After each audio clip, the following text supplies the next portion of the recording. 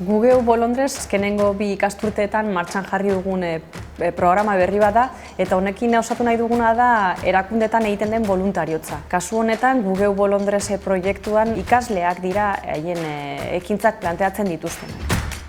Era guztietako proiektuak aurkeztu aldira eta martxan jarri aldira. Beti ere, errespetatu egiten baldin badira, balio solidarioak, edozein graduko ikasleek parte hartu dezakete, bai ekintza ingurumena babesten duen ekintza bat proposatuz, ospitale batean ekintza bat proposatuz, ala, imaginatu aldituzuen ia proiektu guztiak.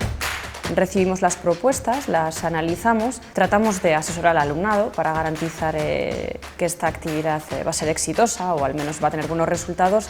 De la misma forma que se reconocen créditos optativos al alumnado de grado, también reconocemos el voluntariado bajo esta modalidad.